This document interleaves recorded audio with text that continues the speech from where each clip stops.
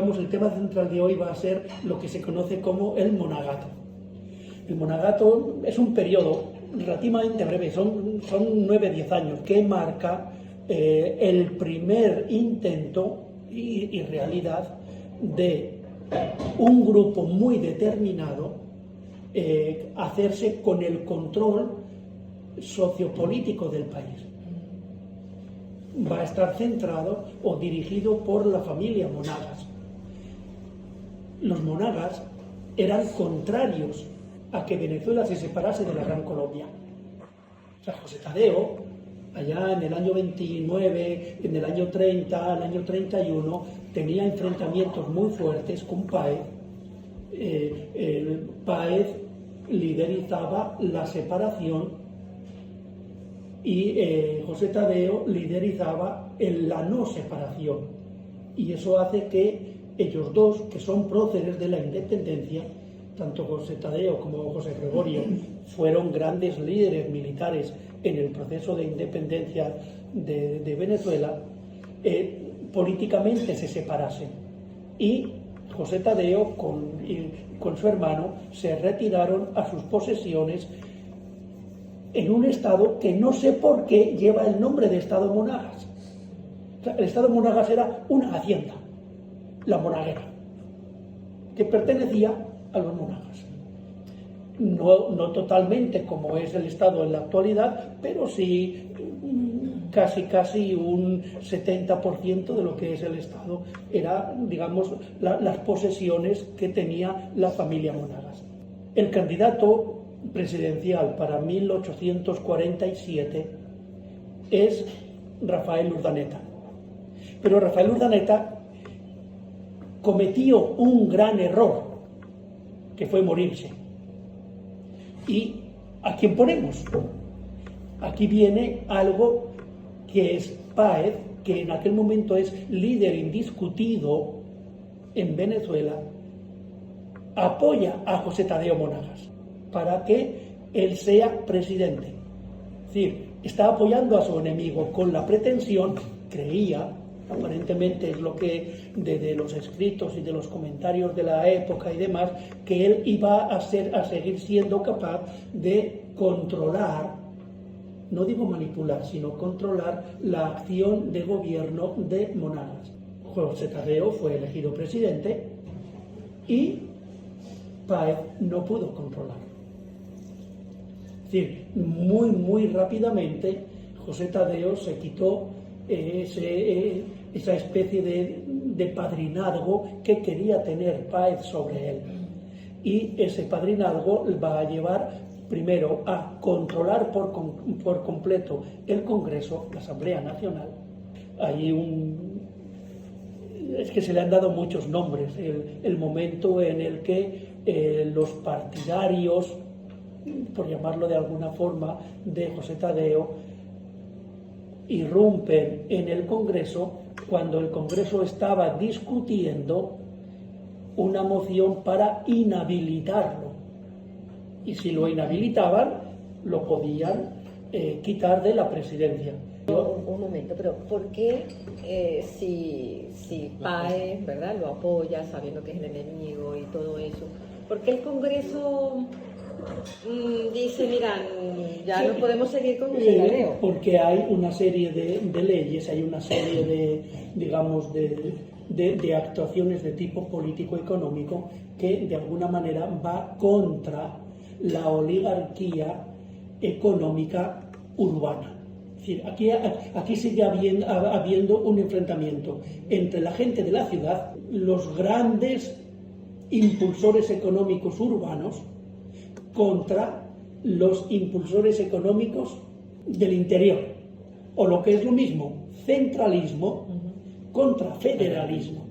El gran conflicto durante el siglo XIX, entre 1850 y 1895, va a ser el control de las aduanas, porque el que controlaba la aduana tenía ingresos.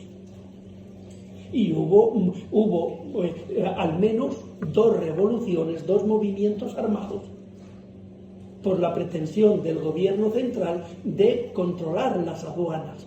Aduanas que estaban más o menos actuando de una forma semiautónoma y dentro de los territorios en los que estaban. La aduana de Portocabello, la aduana de Maracaibo, la aduana en Oriente, en la zona de Barcelona. Ahora, profesor, pero en ese asalto al Congreso también estaba juzgado José Tadeo por corrupción, o era solamente... No, lo de corrupción nos va a venir después. Es decir, la parte de corrupción la vamos a interpretar nosotros, no tanto ellos. Vale. Es decir, fue un asalto, digamos, espontáneo, una manifestación espontánea, dirigida, claro, donde al final se enfrentaron dos grupos, también partidarios de la otra parte, con un resultado muy negativo para el país. Y es que en ese enfrentamiento al final hubo 3 muertos. Un muerto inmediato, 2 heridos que murieron al poco tiempo. Uno de ellos es Santos Michelena. Santos Michelena, como diplomático y representante del país, estaba en una negociación con Colombia para delimitar la frontera. La delimitación de la frontera en aquel momento era muy importante porque nos hemos separado de la metrópoli. Entonces, mientras Colombia, Nueva Granada y la Capitanía General eran Colombia, no había ningún problema. Total, el que mandaba era el rey, el que estaba en Madrid. Pero una vez que se separan, ¿qué es mío, qué es tuyo? Y había un tratado, había un acuerdo ya de delimitación de la frontera. En esa delimitación es la única vez en todo el siglo XIX, en el conflicto fronterizo con Colombia, en el que las fronteras no es que favoreciesen a uno o a otro, sino que más o menos respetaban las líneas generales de lo que había sido la Capitanía General y lo que había sido el Virreinato de Nueva Granada. Van a modificar en el gobierno de José Tadeo, en el primer gobierno, 2 leyes que tenían que ver con leyes de inversionistas. La famosa ley de espera y quita y la famosa ley de libertad de contratos.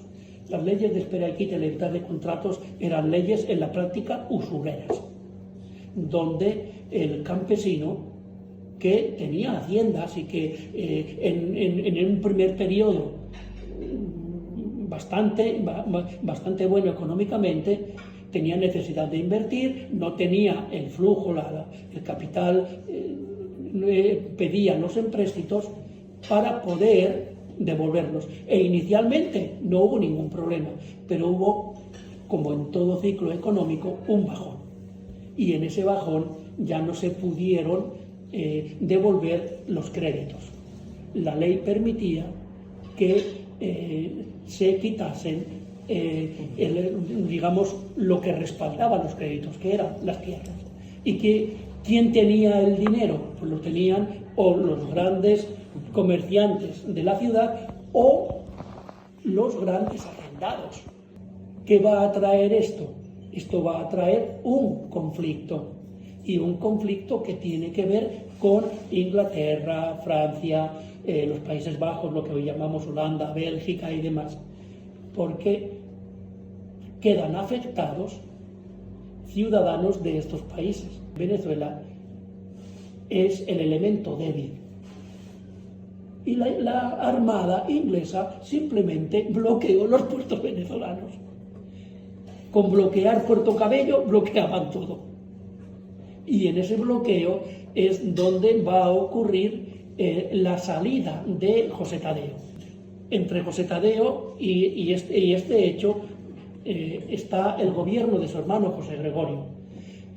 El gobierno de José Gregorio acentuó 2 cosas. Acentuó el amiguismo y la corrupción interna. El amiguismo porque yo pongo como gobernador, como jefe del ejército, como esto, a los amigos, al margen de su valía. Y después la corrupción que ha llevado en el desarrollo a eso que pues nosotros hemos vivido o que hemos manejado. No me des, sino ponme donde hay. Exacto. Este clientelismo, ¿no? Que llamamos ahora. Exacto. ¿Y allí qué pasó Entonces, con José Tadeo? digamos, lo único bueno que hizo José Gregorio es algo que él llevaba muchos años peleándolo, cuidado, no fue que se le ocurrió, fue la ley de eliminación, de la abolición de la esclavitud. Pero cuidado, la abolición de la esclavitud fueron 23.400, 23.500 esclavos los que había y los que se beneficiaron. Pero los dueños de los esclavos no salieron perdiendo, al contrario, salieron ganando. Porque por cada esclavo, dependiendo edad, dependiendo sexo, dependiendo a qué actividad se dedicaba y demás, recibían una indemnización que les pagaba el Estado. Ya una vez que el esclavo no está bajo su cuidado, ya ese hacendado no tiene que darle ni comida, ni ropa, ni atención médica, ni vivienda, ni nada. Arréglatelas por tu cuenta. ¿Y dónde va a ir el esclavo? Pues al mismo señor de la hacienda, mire, me da trabajo. Si yo te doy trabajo, te voy a pagar esto. La comida, la ropa, la vivienda y demás es problema tuyo. Si antes me costabas 10, ahora me estás costando 2. Y te pago no en dinero, sino en fichas, como especie de vales, para que compres la tela, el alimento, todo, en la tienda que hay en la hacienda, que es de él. Es decir, yo compro, pago, me doy el vuelto y la ñapa. Siempre tengo el real y medio. Real y medio, y un poquito más. Aunque José Gregorio sí había defendido durante muchos años antes de esto la necesidad de abolir la esclavitud. Entonces, por una parte tenemos el principio muy bueno y después tenemos la práctica que no perjudicó a los dueños. Del resto de José Gregorio, pues no hay, digamos, ni más graves ni más elementos excesos. Sí acentuó esa parte, digamos, de clientelismo, de corrupción y de amiguismo. A él le sucede otra vez su hermano José Tadeo. Y aquí es donde se va a dar ese conflicto del cierre del bloqueo de los puertos. Y aquí interviene un personaje al que tenemos que, delante del cual hay que quitarse el sombrero, porque actuando mal hizo una gran cosa. El ministro de Relaciones Exteriores se llamaba de apellido Urrutia. O sea, hay una reacción contra el gobierno de José Tadeo, y José Tadeo agarra a toda la familia y pide asilo político en la embajada de Francia. Está allá. Junto con él, además, hay dos personajes más de su gobierno. Personajes un poquillo extraños.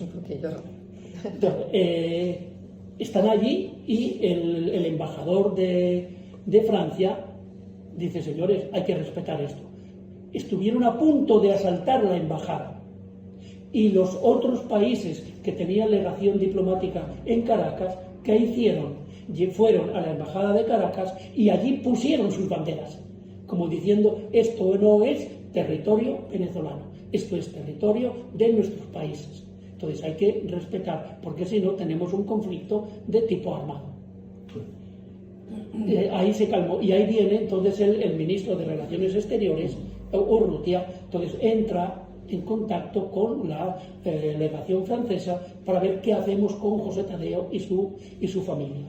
Después de unas cuantas entrevistas y demás, Urrutia se presenta con un documento en el cual se comprometen a respetar la vida de José Tadeo y de toda su familia, a a no permitir que sea ni insultado, creo que pone la palabra vejado, si no me equivoco, si no recuerdo mal, lo que ponía, que no sea vejado en su integridad física y moral.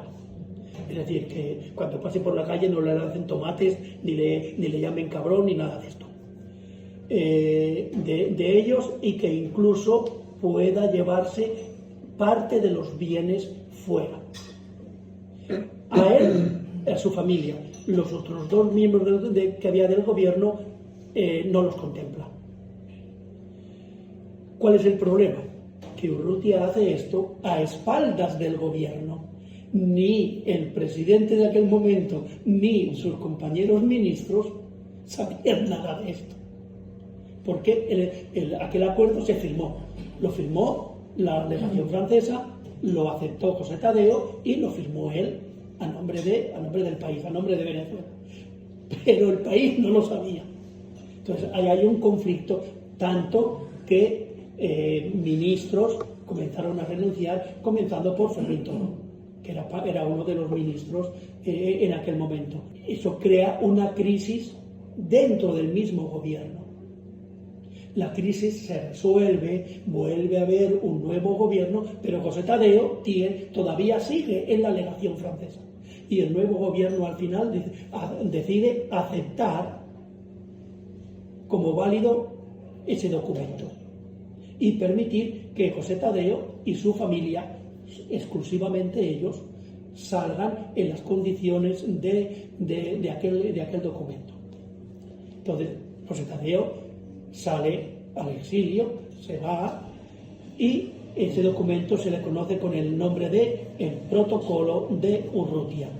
Y aquí es donde viene un poquito, digamos, la parte un poquito más sentimental hacia nosotros. ¿Saben quién era este Urrutia? El tatarabuelo de alguien que se llama Edmundo González. No sé si le suena el nombre. Su tatarabuelo. Entonces hizo algo malo. ¿Por qué? Porque él no contaba con el apoyo del gobierno, pero hizo algo muy bueno, y es que estableció, con ese documento, con ese protocolo, se estableció y se recuperó para todos estos nuevos países que han surgido en la parte hispanoamericana, una institución que existía en Europa en la Edad Media, que era el derecho de asilo. O sea, el derecho de asilo es, yo estoy en la embajada de Nueva Zelanda, señores, y el país donde está esa embajada no puede intervenir. De hecho, en este momento Venezuela está fuera del ordenamiento legal porque ha bloqueado a nivel de servicios 2 embajadas. Una de ellas, la de Argentina, bloqueando por completo servicio de luz, servicio de agua, servicio de alimentos y demás. Hay un conflicto y está fuera del ordenamiento legal. Y entonces se recupera ese derecho de asilo. Así que podemos decir que entre todo eso que no lo hizo correctamente, pero sí podemos decir que estableció la diplomacia. Algo muy bueno. Claro. Y es volver a poner de manifiesto que es mejor un mal acuerdo que una buena guerra. Los abogados dicen que es mejor un mal acuerdo que un mal acuerdo que un buen pleito. Entonces, ¿por qué? Porque en los pleitos al final solo hay uno que gana: el abogado. Ni el pleiteante ni el pleiteado ganan. Al final el que gana siempre es el abogado. Entonces queda esa frase como mejor un mal acuerdo que un buen pleito.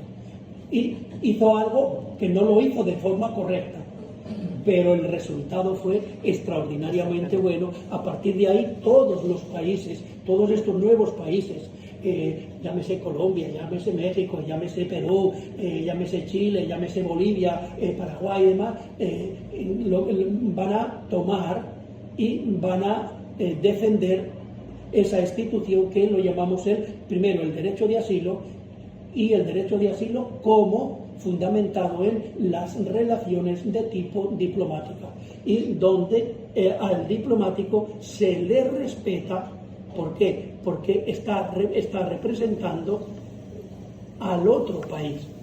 Es ese respeto que se le tiene al diplomático, que es lo que va a permitir el que existan una sociedad de naciones o unas Naciones Unidas en la actualidad. Funcionen mal, bien, mal, regular, eso ya no importa, pero es el ámbito diplomático. En aquel momento fue el protocolo de Urrutia el que lo puso de manifiesto. Al final los monagas caen. Hay una revolución, en esa revolución San José Tadeo está fuera, hacen preso a José Gregorio, que José Gregorio acabó su periodo y se retiró a su hacienda, pero por lo que representaba, no porque él hubiese hecho absolutamente nada, sino por lo que representaba, lo detuvieron, lo mandaron preso al castillo de San Carlos en Puerto Cabello, de allí lo pasaron al de Maracaibo. El de Maracaibo, si el de San Carlos es horrible, el de Maracaibo era requete horrible. Él cayó muy enfermo y el gobernador impidió que tuviese asistencia no solo médica, sino incluso asistencia de tipo alimentario. Y ya cuando se dieron cuenta que le faltaban pocos días para morir, entonces permitió que lo sacasen para llevarlo a un lugar en la ciudad, pero ahí José Gregorio murió. Y no permitió siquiera que lo llevasen en una camilla, sino lo trasladaron en una silla. Entonces, una silla de estas de sillas tipo de lona que hay en las zonas de los llanos, pues en una silla de esas es que lo trasladaron. Las últimas palabras que se conservan, supongo que habría alguna más, pero que se conservan así de José Gregorio son: no he merecido ni siquiera un mínimo respeto. José Tadeo regresará después, tendrá un tercer periodo de gobierno muy breve en el que va a morir y lo va a continuar su hijo José Ruperto. Pero también, cuando digo breve, estoy hablando de semanas y meses, no estoy hablando de mucho más. Se acaba, digamos, ese periodo del monagato con una revolución, la Revolución Azul famosa, en contra de esta forma, que es, en el fondo, que es una pelea del centralismo contra el federalismo, porque los monagas seguían defendiendo la fórmula federal. La Revolución Azul, al final, ¿a qué va a dar pie?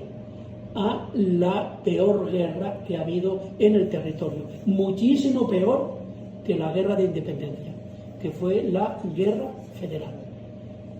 La guerra larga, la guerra de los 5 años, guerra federal, ya tiene muchos nombres. Es una guerra que no involucró a todo el país, sino que involucró los estados llaneros centrales y algún hecho un poquito aislado en Oriente o en Occidente, pero muy aislado. Si a pesar de eso, de estar muy centrado con un territorio, Venezuela se calculó que tenía 1.400.000 habitantes, 1.500.000. Se calcula que murieron más de 300.000. Estamos hablando de un 20% de la población, en territorios que son casi despoblados, porque los llanos en la actualidad siguen siendo despoblados. Vamos a echarnos 100 años para atrás o 150 años para atrás todavía.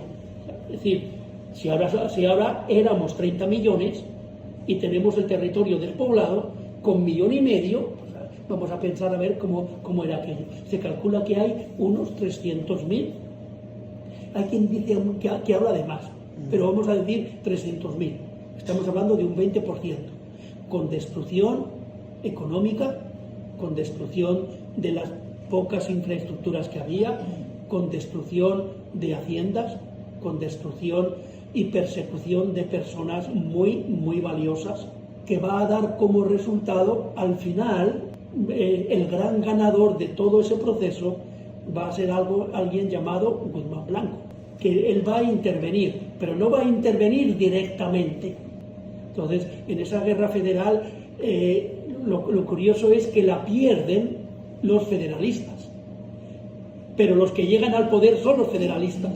O sea, de esas cosas un poco extrañas que tenemos. Antes de hablar de Guzmán Blanco, bueno, que es el personalismo en vida, ¿quién fue Ezequiel Zamora? ¿Qué papel tuvo aquí Ezequiel Zamora que tanto nos los han nombrado en estos 20 años? Ezequiel Zamora es un personaje de lo más extraño y curioso. Voy a hacer una comparación. Carlos Marx, el marxismo, los obreros, el no sé cuántos por encima de todo. Carlos Marx es financiado por un gran amigo que se llama Engels. Y Engels es un inglés que es un gran empresario, que es el que financia a Marx, a costa de los obreros de sus empresas. Entonces, aquí hay un contrasentido. Bien, Ezequiel Zamora, la imagen que tenemos de él, o la imagen que se nos ha querido transmitir, es la imagen de alguien que lucha y que se esfuerza y que hace todo lo que da la vida por el campesinado. Esa es la imagen que tenemos. ¿Es cierta? Si solo vemos eso, sí. Ezequiel Zamora es un capataz de una hacienda, y a lo que sabemos de ese, un capataz muy, muy fuerte, con derecho a la vida de los obreros. Va a dar una especie de cambio, se va a convertir, y se va a convertir en defensor de los campesinos. ¿Cuál fue su gran mérito? Que supo hablar en el lenguaje de los campesinos, y se va a levantar como el gran líder de las masas de los llaneros. Nos lo han vendido como un ejemplo. ¿Por qué? Porque es la revancha del interior contra la ciudad. Es la revancha de los llanos contra Caracas. Hablamos de que en la Venezuela actual hay una gran corrupción, la hay un gran amiguismo, lo hay un gran clientelismo, lo hay. ¿De dónde nos viene esto? Del monagato, que se va a ir acentuando cada vez más, y que lo va a acentuar muchísimo el señor Antonio Guzmán Blanco, donde además él se va a endiosar. Fue llamado inclusive en un decreto de honores acordado por el Congreso, Guzmán Blanco fue llamado el ilustre americano regenerador de Venezuela. Hizo una constitución a medida, con lo que yo aquí. No, hizo 3 constituciones. 3 constituciones. Donde los únicos cambios que había eran los cambios de periodo y el poder ser elegido o no.